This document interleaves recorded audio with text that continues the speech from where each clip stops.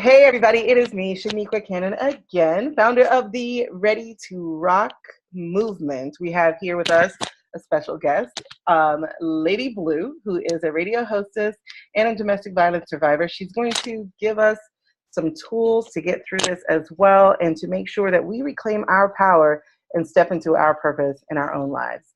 Lady Bluu, it's yours. Well, hello, everybody. It's me. My actual name is Arlene, but I go by Lady Bluu. I've been the host of the Lady Blue radio show for the past 2 years on WMSKonlineradio.com. I also host a show on there with my husband called Covenant Connection. And let's see, what else am I? I'm a writer, a blogger. I'm a newly published author with two of my own books out, working on the next two. And my current book is Lady Blueprint, which is basically just my story, but we'll get into that later. Yeah. But I like to talk. I'm about positivity. Those are the things that make me who I am, and that's my platform, really. Because I've been through some things in my life, and the biggest thing out of everything that I've been through with the loss of a parent, divorce, raising four kids on my own, things like that, is just that I had experienced domestic violence. And I'm going to call it what it is, even though there's a new name for it, which is intimate partner violence. That's the politically correct term for that now. But abuse is abuse no matter which way you look at it. Okay. So domestic violence for me started kind of early. It was in my early 20s. And that was where I almost got my jaw broken and my orbital socket busted.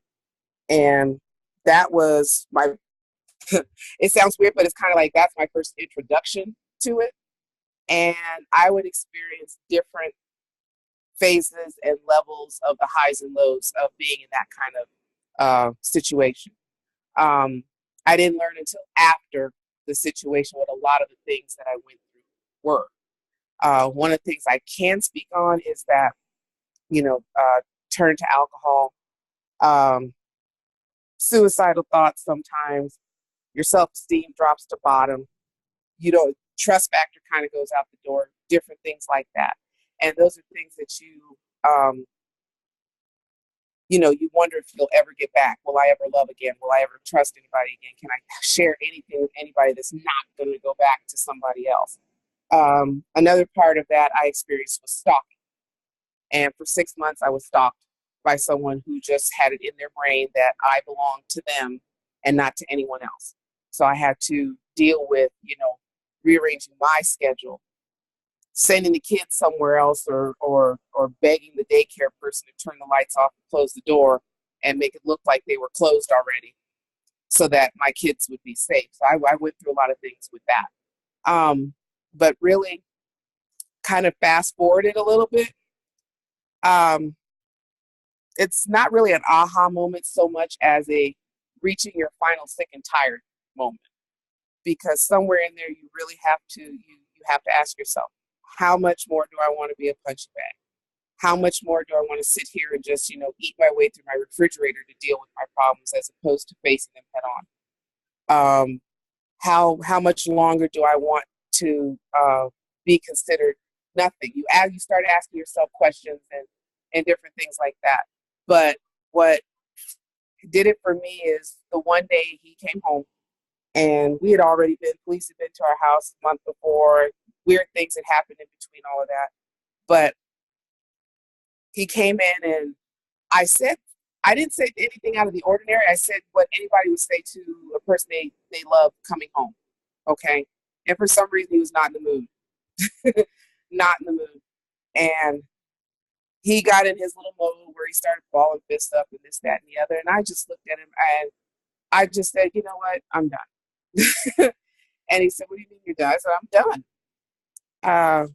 He says, you realize I own you. You can't this, that, and the other. I said, you know what? Why don't you just do what you got to do? Swing whatever it is so I can get the hell up out of here.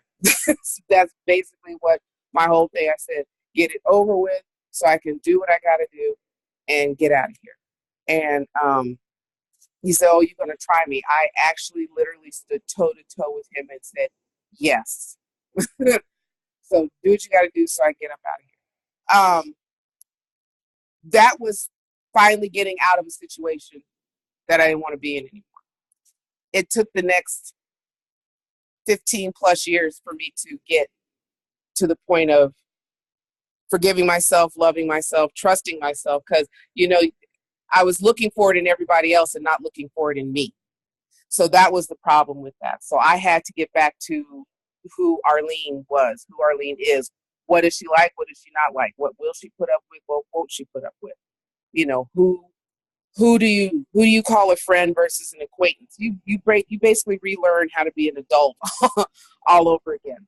But you know, I got through it. It took, like I said, it took me 15 plus years. I went through forgiveness, which was one of the first healing steps I took in my journey.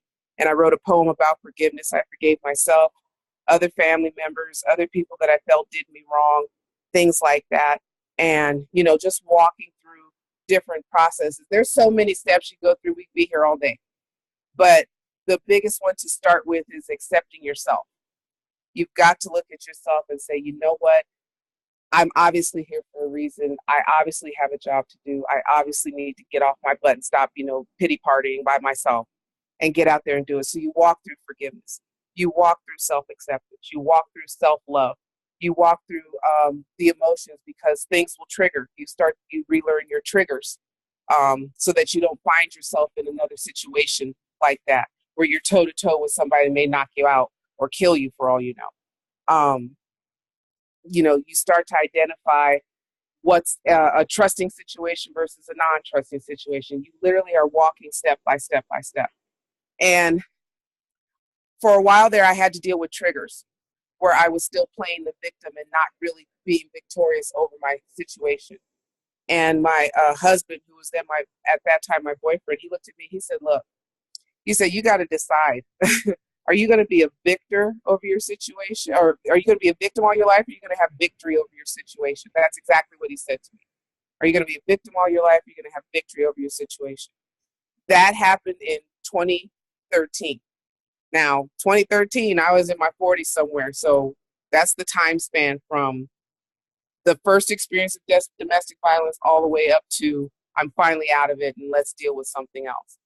Um, and I had to go back again, and I literally had to relook and walk myself back through all those steps. But that's when things started to take off for me. When I never truly forgave myself. I never said, I forgive you for, you know, you were loving, you were caring, you were kind. But I forgive you for putting yourself in that kind of situation and not recognizing.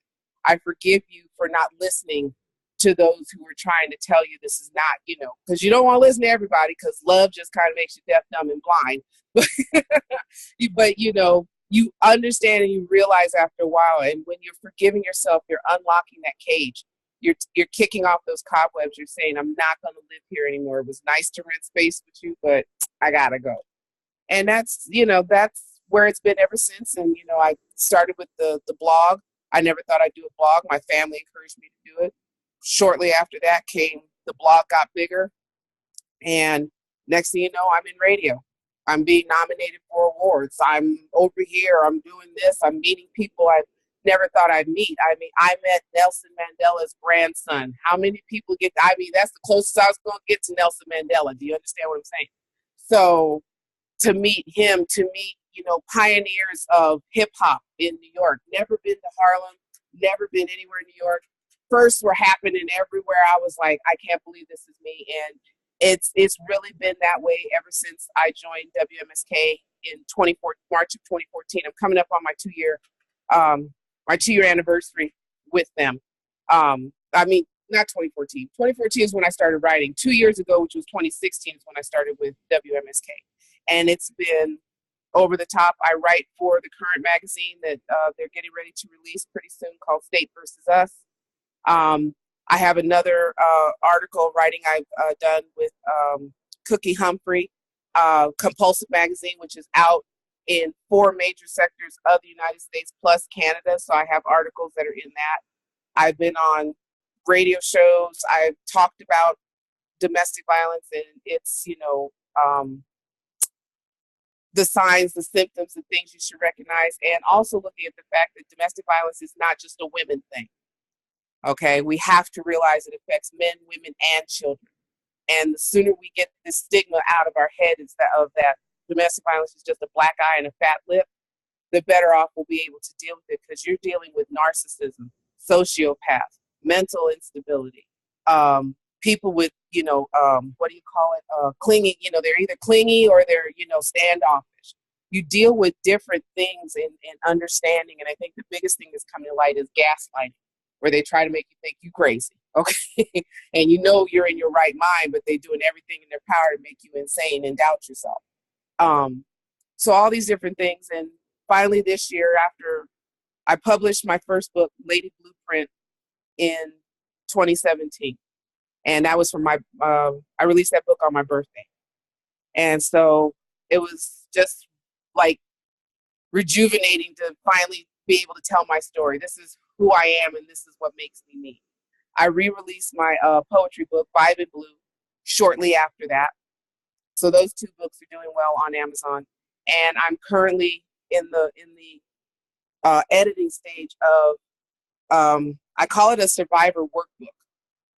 And what it is that I had a prophet that prayed over me and said, you're writing books, you're doing great. He says, but you're going to do something that's going to be bigger than just somebody picking up your book and saying, I got a copy of this book. And the workbook, he mentioned workbook. I was on the phone with my publisher that night, and the workbook came to light about a month later. And so now we're editing, and we're working on, the little secrets with that. I'm not even going to give the title because I want it to be a surprise for everybody, but it just came to light, dealing with all the different things that we have to deal with domestic violence. I wanted a way to help. The book is in no way a fix-all. It's just a way for you to say, hey, when is the last time I did that? When is the last time I looked at what it meant to survive? Do you even know what survival means? Do you know the difference between gaslighting and, narcissism? A lot of people don't. A lot of people don't even know the difference between a peace order and a protective order. What happens when the police are called out to your house in a domestic violence situation? Who goes to jail? Who doesn't go to jail? Who got to leave the house? Who doesn't leave the house? All these things have to be taken into perspective. So that book coming out, and I was also just recently honored in Baltimore County for my work in interpersonal relationships and domestic violence situations by Sharper Minds LLC out of Baltimore, who's been doing it for 10 years. So that was an honor also to get that in. All I can say is it's a one day at a time, and you got to start with self. Don't worry about everybody else, because if you just got out of a domestic violence situation and you're freaking out trying to figure out which way to go, step one is first calm down and breathe. But secondly, you've got advocates, you've got somebody out there that I'm sure that you trust, that you can talk to, see if they can lead you in the direction of an advocate or somebody who can help you with your situation. That's why I call myself an advocate. I don't hold degrees. I don't hold any of that. I hold a master's in, daily living, because you got to get through that. And it's a day at a time situation. You cannot just hurry up and say, okay, one day I'm free. I'm no longer in this situation. I don't got to worry about it, because you have not dealt with it. It's more than the outside. It's the inside that has to heal and to get that tough layer over that scar, so that you don't put yourself through that. And that's why my saying that I say on my show all the time, it holds true on the daily. And it's weeping may endure for a night, but joy, it does come in the morning. So you just gotta hold on and reach out. And that's pretty much my story, to tell you the truth. Wow. Okay. So there was just like so much in here that I know is going to bless somebody else and get them walking in the right direction. So I heard some things that I would love to hear clarified. What was that thing you said to your husband that anybody would say?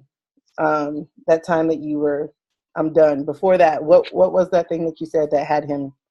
Well, the thing that happened with that, and that was just my boyfriend at that time. Oh, okay.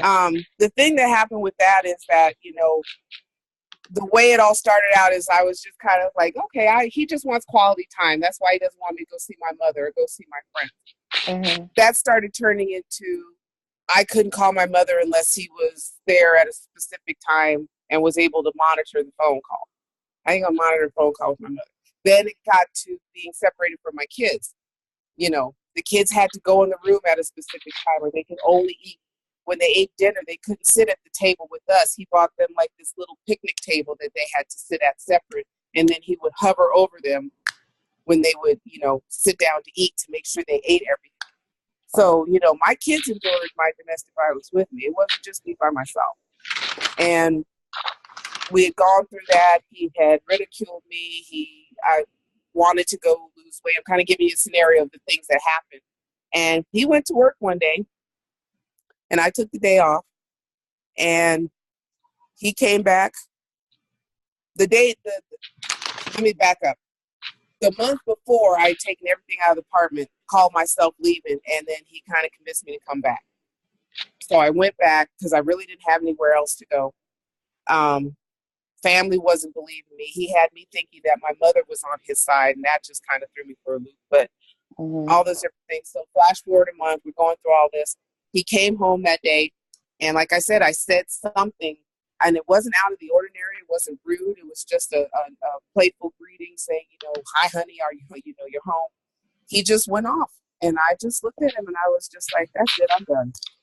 My kids were already at my mother's, and I just said, I'm done. And he thought I was playing. So the next, I slept on the sofa, he slept in the room, and I made that choice. It wasn't, just he should be on the sofa. No, I made the choice to be on the sofa.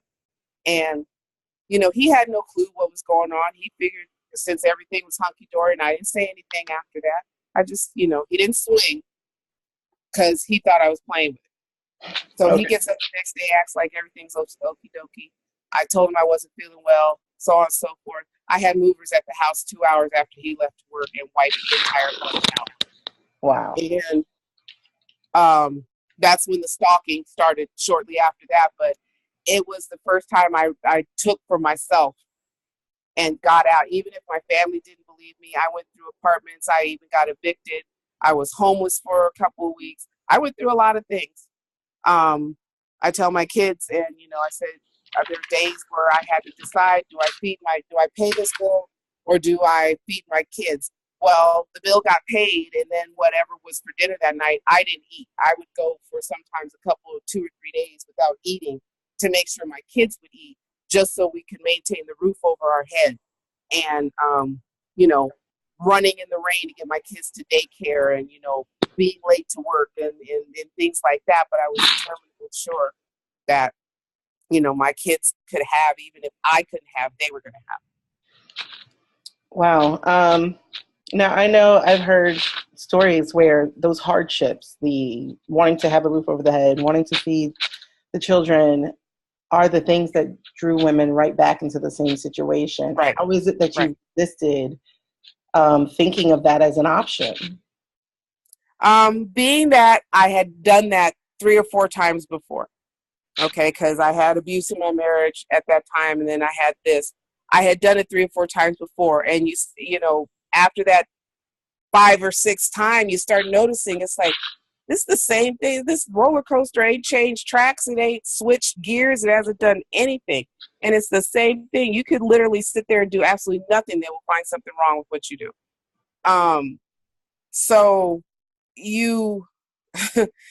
It's just you have to. When I talk to people about it, and I know I'm kind of all over the place, but when I talk to people about it, I said we could be on the outside looking in and saying, why don't you just get out? Mm-hmm. Well, you're not understanding what I'm going through in order for me to leave. Because if that's my only finance, if that's my only way to work, if that's the only way I'm getting fed, in my brain, I'm staying where the food and the money is, Yes. regardless of what's out there.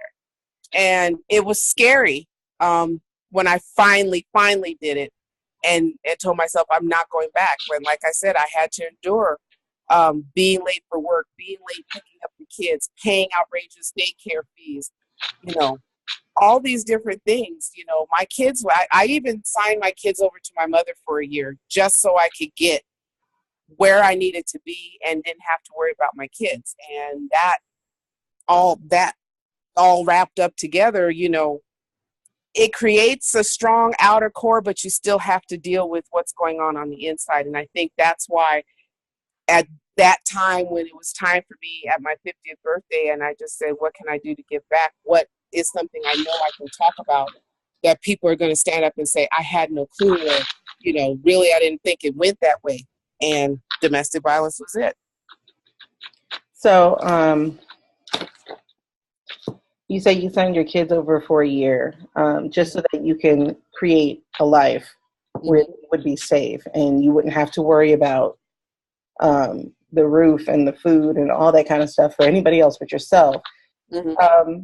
What would you say to a woman or even a man in that same situation, where this is a thought, this is something that they may need to do in order to make it through? What would you say to that person? Well, I talk about this in my workbook, and the thing of it is that you have to plan. You can't just one day say I'm sick. You know, I'm saying I reached my final sick and tired, but understand, when you listen to my story, I had things in place before I did what I had to do. So don't just think you're going to say I'm done and walk out the door and, you know, everything's going to fall together. No, you got to plan to have a separate bank account, a separate phone if he's dealing with your phone. You got to find somebody you can trust that can open you a bank account. And, you know, when you get your money, you strategically spend your money so he's not freaking out and slide yourself something over there to put in your bank account. Do you have all your medical records together, lease records together, children's shot records together? Everything should be duplicated, given to that trusted source, or put in the bank in a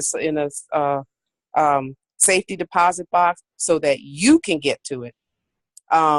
If you're in a violent situation, first thing I'm going to tell you in any situation is call the police. I don't care if you don't like the police, if they've done you wrong in the last 2-3 years, I don't care. Because when you go through a domestic violence situation without a police report, it's going to be like it never happened. Because they can say anything and you can say anything, but with no proof to back it up, it's like it never happened. And you can have bruises from the top of your head to the bottom of your feet. It is not gonna matter. Wow. But have your police stuff in order. Have a plan. That's the biggest thing I would tell anybody, is have a plan. Because if you don't, then 9 times out of 10 you will return to where you're comfortable, as opposed to where you're going to be safe. That is very, very, very good information. So I want to go back to this forgiveness thing, because I think as a person who, you know, for myself, I wasn't in a domestic violence situation, but I was in a situation where I moved across state to provide a life for my children, but I had to leave them with my mom for a couple of months. So on the topic of forgiveness, how does somebody work through that? Because I know I felt bad. I felt really bad that I couldn't.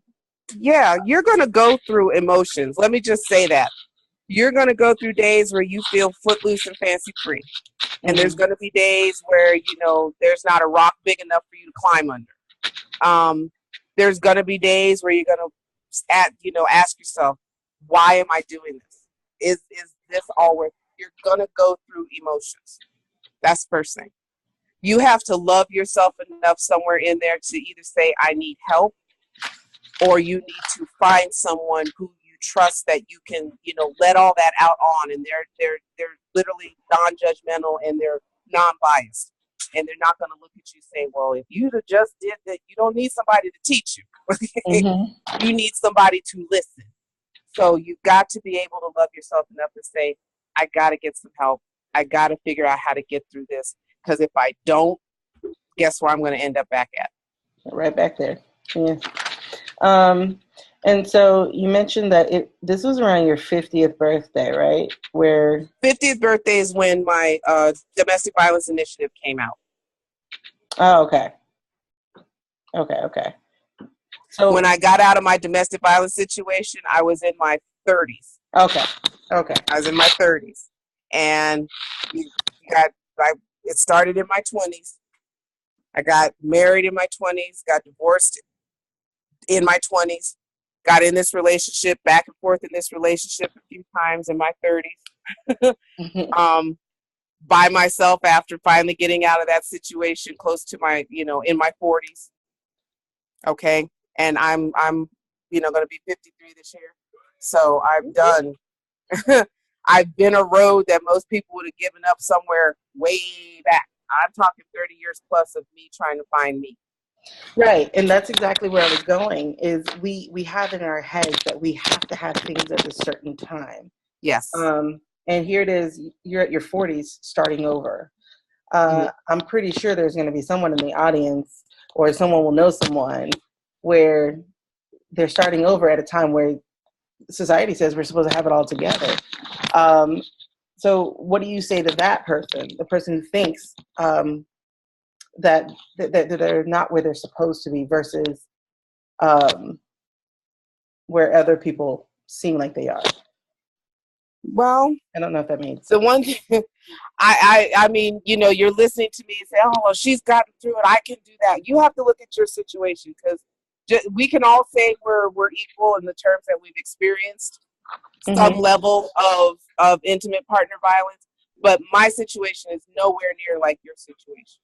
Yours isn't like the next person. So I would, if someone comes to me and say, I'm going through a really rough time, and I don't quite know how to put it, or you're starting to notice different things about your friend or your loved one. Because yes, domestic violence happens in the home. That's why you have a lot of kids who don't, later on in life, they're talking about grandpa did this, uncle did that, my cousin did this. So we're in a time where we need to break a lot of generational curses, because a lot of people are starting to find out things about their family and their loved ones, and people that they trusted in the family going through these things. And what I would tell the person going through this is, if you don't have a trusted source, find one. That's first thing. Two, again, I have to say, get the police involved, because the record is your proof. Those who know somebody who's going through, please don't be Joe or Joanne vigilante. Do not put yourself inside that situation, because you can become the victim a lot faster than the person who's actually the intended target. You call the police. You can, get them over there. You do what you have to do. Police always come, 2 deep, 2, 3 deep. And if you didn't notice, law enforcement's getting the brunt of domestic violence situations, because one or both of the responders are either being physically harmed or in a fatal situation. It's not the people that they're going to try and calm down. It's them. They're losing their life going in there trying to deal with someone who's already hot-headed. You have to look at the times of the year. It sounds like a lot, but believe me, once you've been through it and you've come out of it and you've gone through all of these things, this stuff like clockwork. You've got spidey sense when it comes to this kind of thing. You're always unaware, but get the help that you need. There's no other way for me to really say that, and not, I could be real direct about it, but that's not going to help. You need understanding. At this time, like I said, you don't need to be taught. You're at a point where you need somebody to listen and understand and hear what you're saying, so that you can get to a place where you can start to be the person that you've always been meant to be and that God created you. I think it's really interesting that you said repeatedly, get someone who will listen. Because so often, especially as women, we have this myth that we must live up to of being the strong Black woman. And I will tell you, over the last year, I've heard of so many women who you would look at and go, your life is perfect. They got the husband, they got the 6-figure income or corporate job or high entertainment job. And then you find out that they've been dealing with some violent issues or some other kind of issues as well. What will it take, do you think, not just to break the generational curse, but to demystify the myth of the strong Black woman? Like, well, first of all, and I'm going to be direct on this one, stop acting like you know everything. Please stop acting like you know everything. I learn every day, okay? There's something, Everybody knows something that the other person does not know, or has knowledge of something that the other person does not have knowledge of. And I think for me, you to debunk the myths and the things like that, get educated. Just because you saw it in a movie on the silver screen does not make it true. This is not Law and Order. This is not CSI. We don't solve things in an hour. Mm-hmm. Go to these events like my event, 50 Shades of Blue, where we give you the information. We let you know what some of the signs are. We bring people in who have been through these things. We give you the real face of domestic violence, not the TV face, not the put on makeup with the picture and says, you know, if you were involved in this situation. No, we're giving you us because we understand what you've been through. We're letting you know that even though you may not be out of your situation, maybe I could be a beacon of light for you because I've come out of that situation. And believe me, every event that I've had since the first year, there's always at least 3 or 4 people that come to me, and or they come to one of the speakers and they start opening up to them because they're safe, they're comfortable, and they know that the people that are within that building understand what they're going through and won't look at them and judge them and say, well, oh, how come you didn't get out? No, they know that we're going to take the time and give them what they need. You know, even if it's just a simple business card that says, call this person, do it as quick as possible, and, you know, keep up with me and let me know what's going on with you. And I've handed out tons of business cards. Can I say if people have done that? No, I can't. What I can say is I do get messages in my inbox where people say, you know, I'm so glad that you told me, you know, not to take the, you know, not to do this or to do this or to make sure I file this or, you know, talk to somebody. I get those messages. And it lets me know that they're finally seeing domestic violence for what it's for. It's abuse. Yes. It's not something anybody should go through, man, woman, or child. I've been trying to get in touch with the ASPCA because 9 times out of 10, if somebody's experiencing some type of family violence at home, there's a cat, a dog, a mouse, a hamster, a bird somewhere that is getting the front end of that too. So, you know, the knowledge is power in this situation. Go to our events, support our events, donate to our events because we put these things on for you. We get this information. We bring the people in. You go out knowing how to deal with somebody who comes to you and says, you know, or your friend notices you're wearing more makeup than normal, and what to say to them to not trigger them to shut further down, but to be able to relax and say, well, you know, it's kind of been like this. I haven't really wanted to talk about it. But you give them that avenue that lets them know that you're seeing them for them and not for anything else. I like that you touched on how we could help somebody that we've noticed some things. And it's that it was really important not to give them a further shutdown on that. But you mentioned gaslighting as well. So I'd like you to be a little clearer on both of those things. Like, how can a friend, a family member actually help? Because usually we're powerless. You know, it's always, girl, leave that man. Oh, she went back to him. That was her choice.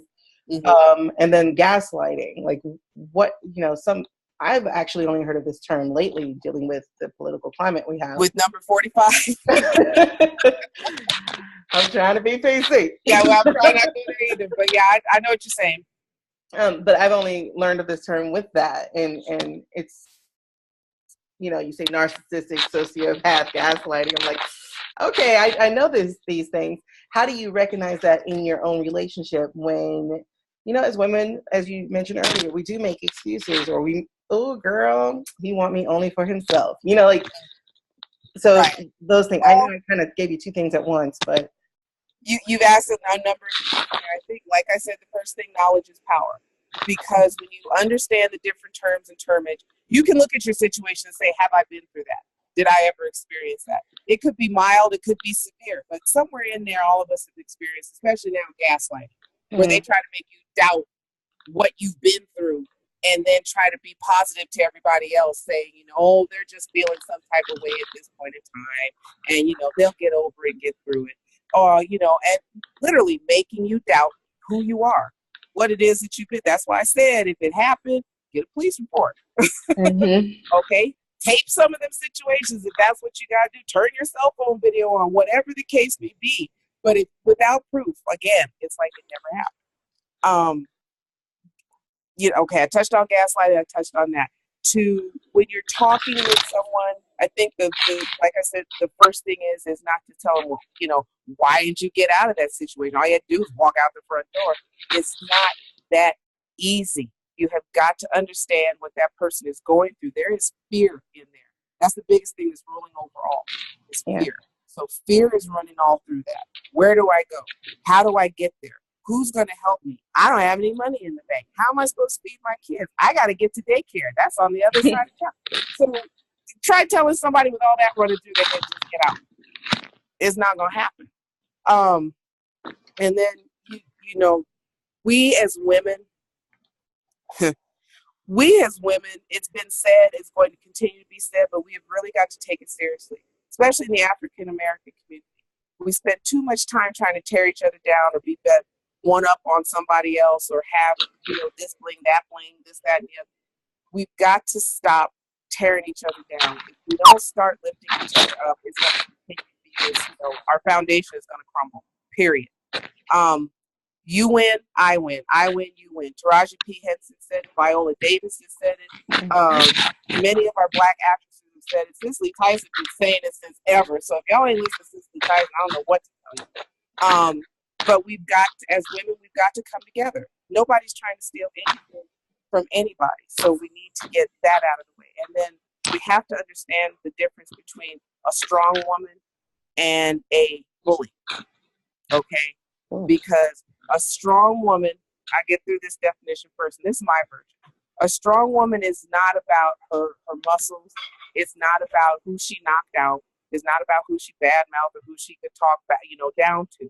A strong woman is a woman who knows, first of all, who she is internally.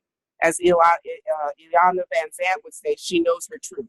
Okay, how she does her thing. She knows her truth. She knows where she comes from and who she is. Her grounding is not who she came from, okay, but whose she is. Who does she belong to? Is she spiritual? Okay. Is she about the world? There's different types of strong women, okay? Just like there's different types of men, but we're talking about women right now. Yes. There's different strengths in a woman. You have women who are great nurturers. You have women who are teachers. You have women who they're able to learn and then they take that lesson and they bless somebody else with it. We all have different powers. That is your strength, okay? A bully is somebody that just figures, you're going to do this my way. That's the only way it's going to get done. And if you want to argue with me, we can go ahead and take this to the street, okay, if that's what you want to do. That's a bully. That's not a strong woman. Even though this strong woman may be out there paying all her bills, keeping it together. Kids are looking fly. Food is in the kitchen. That don't matter. That don't matter. That song runs old every day. What is she doing to maintain her dignity, her grounding to Mother Earth, her connection to her spiritual, whoever it is? What is she doing to do that? Because without that, there's no strong woman over here. There really is. They both come together. They really, really do. And I love that you said that because there are so many women that I've seen on social media or what have you, and they post about that, like, I got the food done, I'm taking care of my kids, and it's like, but what are you doing for you? And I think the other thing really also is in all this other thing, and I just told this at the teen summit that I did, is that we women, I know when we're coming up, love this, and oh, he loves me, and that's my soulmate. You have to remember that sex is not love. I don't care how good you are in the bed. I don't care how you dance on the pole. That is not love. Nowhere in there. Because if he has to hit you to convey love to you, it's not real. Please get that through your head. That is not love at all. Because love has different levels. There's different aspects. It's an action word. It grows daily. It grows continually. It does not stop. Go read 1 Corinthians 13, the love chapter. You will understand what I'm saying. Mm-hmm. So, if he has to abuse you to say he loves you, or she has to abuse you to say she loves you, you got to rethink that playbook right there. I love that. Okay, so the tools that I got from you are that besides the tools for leaving, which are get your police report, have a plan in place, make copies of all your medical records, copies of all your important documents, etc. But for the woman, you have forgive yourself. Like, forgiveness. You have that as number one. And I would say absolutely like supportive of that, that forgiving yourself is major. You know, like that was part of what I was talking about as a sexual assault survivor, is that, you know, you're often blaming yourself for being in that position or for not paying attention to Right. the signs or what have you. So forgiveness is key. Well, we have to accept the fact we've been in the situation. As much as in our mind we want to get out and we never want to return, we've got to acknowledge and accept and say, you know what, I was in that situation. It was kind of dumb for me to be in it, but I was in it. And when you're able to accept that, then it's, you know, with no shame. you're owning who you are. You're owning your life. You're able to continue to live your life because then you're not constantly returning to the situation and giving it life, because you've already stepped into it and said, okay, I've been there, I've done that, and Lord knows I don't want to come back here no more. So thank you. I'm out, you know. Yes. Yes, absolutely. And so, yeah, so you put that forgiveness and then accepting of yourself, not just where you've been, but accepting yourself, that you're here for a reason. And that reason is not to be somebody's punching bag. And then 3, self-love. And I'm about to ask you to unpack that a little bit in just a second. 4, you said learn your emotional triggers, so that you don't end up there again. And then 5, learn how to identify a trusting situation versus others. But you know, the whole reason we called this this event Ready to Rock is because, you know, rock stands for something, and hearing you tell your story and what to do afterwards, like you really connect to that, because rock is about reclaiming your voice, your power, your life. And then O is owning your story. C is connecting to something outside of yourself. And you said here, like, connect to somebody who can listen to you. And then K is to keep knocking down that negative, with positive, and calm down and like all that. So I love that you are definitely on target with what it is that this message is about. But can you please unpack, this will be my last question, can you unpack self-love? What could that look like? Well, self-love can be a number of things, because even if you don't follow me on Instagram, follow me on Instagram, because I have what I call my Lady Bluu self-love tips. And it's different things. It could be, you've heard of the gratefulness calendar, right? Where you, for 31 days or 30 days, you say something or do something that shows what you're grateful for in that day. And it could be anything. It doesn't have to be, when people think gratefulness, they think it has to be something that the whole world is going to acknowledge. And it doesn't. It has to be something that gives you that warm and fuzzy when it happens. I did this with my son a couple years ago. We did what we called blessing jars. So every day we wrote down on little strips of paper what we were blessed with that day. If it didn't start at the end of the beginning of the day, we did it at the end of the day. And by the time 30 days is up, you fill in that jar pretty much, every second. I have a book I carry around with me where I write my thoughts in, if, something. That's self-loving yourself when you're doing something that is giving you your calm, your peace, your joy. You got to get your nails done, your hair did, the pedicure, get your hair done, all that good stuff. But that's exterior. What are you doing for the thing that's on the inside? Okay? Mm-hmm. Because like you mentioned, I said, we all have a purpose here. Okay? God has a plan for each and every one of us. It's up to us to discover what that gift is and use it in the context in which he gave it to us. Because it was given freely.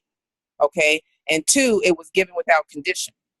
So even though we live in a world where, it takes little money to make little money, you also have to look at the fact that, and I'm going to take this back to where you were talking about, the strong woman. Even though a woman is strong, and you got some women out there that are cutthroat in business and they doing their thing and they dare anybody come up and try and do something different, right? But also understand that even myself, I may put on the strong persona, but I'm still a vulnerable human being. Mm-hmm. I'm able to get real with you when it's time to get real. I'm just going to sit up here and say, yeah, this Lady Bluu, I got it all together. I'm positive 24 hours a day. No, I'm human. I cry, I get upset, I get mad, I get angry. Okay. I laugh, I joke, I talk, I do all the things a regular human being does. And that's the thing you have to accept about yourself. You have cracks, you have quirks, you have tweaks, you have things that drive other people nuts, and other people got things that drive you nuts. the sooner that you're able to work with that and in yourself. And they tell you early on, laugh at yourself every now and then. Because you just, if anybody's crazy, you are, okay? You know you're crazy. You do. You know you're crazy better than anybody else. You know how to deal with you. Other people have to learn how to deal with you. So why not start loving on yourself so you know? Okay. And yes, by all means, if you want to go get a new person, you want to get your hair done, your nails, go. Nobody's saying you can't. But just understand that that's not self-love. That's dressing up. Oh, There's love it. Love it. Love it. Love it. Yeah, because self-love and self-care has been this buzz phrase over the last few months. Mm-hmm. And a lot of people think it's just getting your nails done and getting your hair done. But that's self-appreciation. That's letting yourself know, yeah, I can go get that purse I want. I can go get this. I can go get that. Or, that's great. Nobody's denying you that opportunity. But when's the last time you took off the eyelashes, the 12 layers of makeup, undid the weave, forgot the nails for a couple of days, okay? Sat in your sweats, okay? Just were you without all of the makeup. And who's the last person that actually saw you as you are? That wasn't your husband. All of us girls should have a friend who sees us for who we are and is able to tell us with no uncertain terms where to check, where to get off at, but still be your friend at the same time. Or as a friend of mine always said, they chin check you and let you know, okay?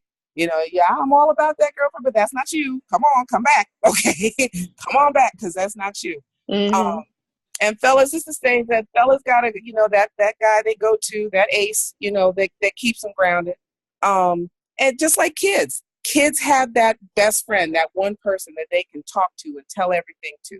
And there's no shame in their game. And we as adults, we lose that because we're too busy trying to play the game with everybody else. I got to get there first. My name's got to be on the plaque. I got to have this recognition. I don't do this for recognition. I do this because I want people to know this taboo subject has gone under the rug long enough. It's been going on for years. We all know it. It's time for people to see it for what it is. You see it on the news every day if you watch the news. Oh, they're giving it to you on the news, but you don't want to hear from your next door neighbor, Sally, who you see walk down the steps with a limp every day, okay, and a different shade of makeup on every day, and it's 97,000 degrees outside and girlfriend's in a turtleneck sweater. Come on, These are signs and things you got to look for. These are the things that tell you either she fell down the steps or there's something going wrong. You are at home and you hear constant yelling at the same time every night. That's a sign. That is something that you should be paying attention to. You don't have to know their schedules, but these are the things that go off that people they brush off. Because what do we always hear, especially in Black America, what goes on in my house stays in my house. Okay. That was actually something I'm not asking you for your sex life, and I'm not asking you for what you do behind closed doors, but I am going to tell you that I'm not going to stand by. And if I'm standing right next to a guy, and it's happened, standing right next to a guy on the bus who is just laying this girl out, fist balled up, ready to swing, what do you do?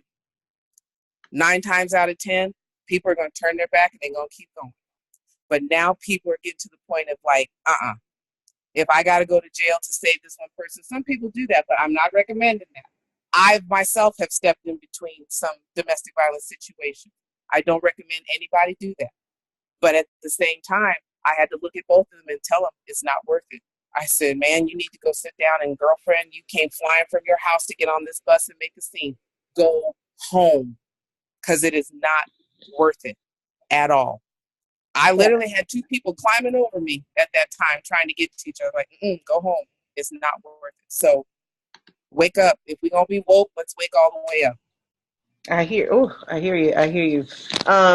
I know I said that was one last question, but you actually touched on two things that I wanted to ask about. So that whole thing with breaking the generational curses and those Black rules, of keeping it in the house. Also, and I'm just going to ask both of them now, that way I can be done, is how do you talk to your kids about this? How do you talk to your kids about this? I'm a direct parent. You have to talk to kids on their level. You can't give them adult language. It's just like when teens go through violence, you have to talk to them on their level. They're not going to understand that that's domestic violence or that's dating violence. They're going to associate that with what they know at their age, which is that's got to be love. He doesn't do that to anybody else. He just does it to me. And I want men to understand that you got some sisters out there that can hold their own. So don't just think it's, even though women are the majority, men take up the other 40%. And the reason men don't report it is because of the way society has, eh, you know, um, geared us to see a man as. A man is not supposed to be vulnerable. A man is not supposed to be weak. A man is not supposed to cry. He's not supposed to get hit. If he comes down the street and he got a black eye and a fat lip, it must have been a good bar brawl last night. How do you know that? How do you know that his wife, girlfriend, significant other didn't take an iron to his face? How do you know that?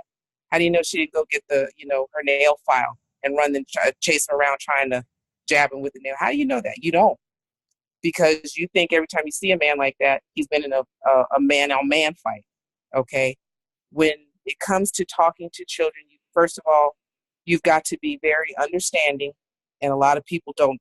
When I say that, children will tell you the truth if they trust you. They will open up and they'll be the floodgates. You'll never get them closed. They will talk to you. But then you have children who are so scared because they have been threatened or they've been told if you say something, I'll kill your mother or I'll kill, so on and so forth. But you've got to be real with the child, especially in our day and age, because they're not dumb in the least bit. They see it too much on video games. They hear it too much on videos. They hear it too much in music. And some of them are seeing this right now, and they don't know how to bring that out, so they keep it in. And guess what? They grow up with that, and they become the next abuser. They become the next person that thinks, if daddy did that to mommy, then this is what I got to do to my girlfriend. And it's the same thing with females, males or females. If they grow up in a same-sex marriage household, oh, well, mommy did this to mommy, so it ain't gonna matter who I do it to. Okay, children are like sponges, and this is the analogy I use. Children are like sponges. When they're young, you get them wet, they're able to soak in things. And what happens when a sponge gets wet? It gets bigger. It soaks in its knowledge. It takes in the things it's surrounded by. When a child starts going through domestic violence, they start withdrawing. What happens to a sponge when you take the water away? It dries up, it shrinks, it shrivels back into itself. So you have to imagine this is what happens with a child when they're not able to talk. They don't know how to get it out. They don't know who would understand what they're going through. And then eventually, with no water on a sponge, what happens with the sponge? It breaks. It snaps in two. It crumbles into pieces. It doesn't know how to deal. So teachers have got to be more aware. Counselors have got to be more aware. Doctors and nurses are aware as heck. But, Tom, Dick, and Harry that live right next door to you have zero clue. And who sees you more? The doctor at the hospital or Tom, Dick, and Harry next door? I guarantee you it's next door. We just have to be able to look at our children and be as direct as we can on their level so that they understand how to, one, they've got to appreciate themselves.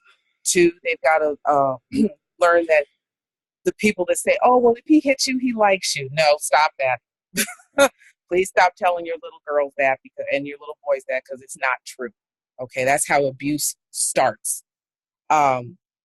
We have to let them know that it's not okay to put your hands on somebody else's child. It's not okay to do these kind of things. And if they come out their mouth saying, well, mommy and daddy did it, okay, well, it's time to take it to another level, okay, because they've seen something they should not have seen.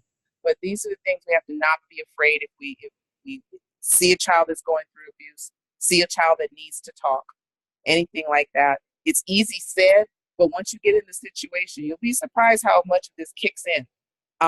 We have to let them know that it's okay to trust us as adults, because right now, and I keep saying this day and age, but we are in a time where kids don't trust us. Kids think they know more than we do. Kids think that they rule the situation and you just supply the money and now I will be okay. You've got too many parents out here that, they will blow the rent money to make sure Junior has the latest pair of whatever, that they grow out of in 2 weeks. We've got to take the parenting role back. My The owner of WMSK said this. She said, children, they need us. They're crying for us to do what we need to do as parents. And you got too many parents that are afraid of their children. So we need to start. Their children. They just got here. You done been here and you letting them tell you what to do? Something's wrong with that picture. So we've got to start being parents to the children, because you hear it said, they didn't ask to be here. Well, we don't know that because we don't know who they talked to up there saying, oh, we're going to put you over here. But the thing of it is, they did not come here with an instruction book. They did not come here with, everything, taped to their little diaper and behind by, the stork that flies in and here's what they like, don't like. It's not the movies. We learn as they learn. But we also have to understand that the things that we've been through, we've got to impart on our children so that when they come across that situation, it clicks in their mind. Mommy and daddy have been through this. Mommy said if I ever got in the, and they may be saying mommy in their brain. You don't know that. But, they've been through this. So, we got to give them something to appreciate, honor, and sustain. And that's the way we break the generational curse. It's got to stop somewhere. And if it stops with us and we take it to our next generation and let them know this happened to grandma, this happened to auntie, this happened to, your play cousin. Let's make sure it doesn't happen to you. And start going, you got kids that can dial 911. They know how to go to the next door neighbor. We teach them the basic things, but now we need to teach them just that little bit more that keeps them out of these violent situations that they all seem to be ending up in. Oh, very, very good. I want to thank you for your time. How can we get in touch with you? Do you have you said you had an event coming up, so how can we find out more about that?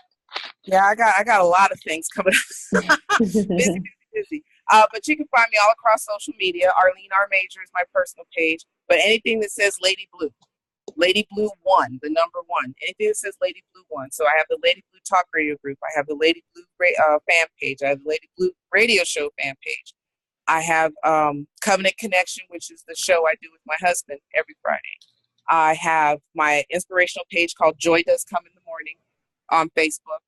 You join me over there. There's about 900 of us, and I give, Monday movement speeches on Monday, and I give little inspirational, pushes throughout the week and throughout the day.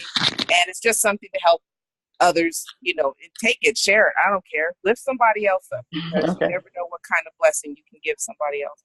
I'm on Instagram, Lady Bluu 1, 50 Shades of Blue Baltimore, LB Fabulous, which is where I chronicle my weight loss journey. I'm on Twitter the same way. I'm on LinkedIn.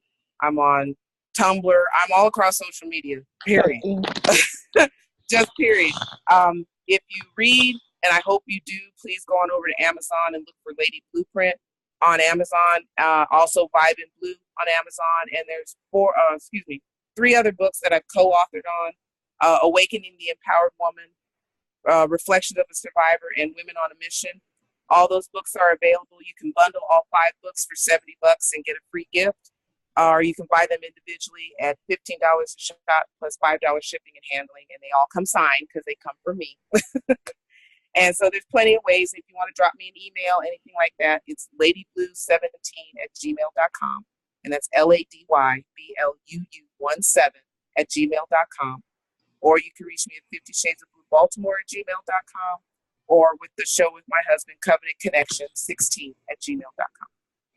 All right, awesome. So again, thank you for your time. Thank you for your tips and your tools. And I'm glad to see that you are really, truly a rock star.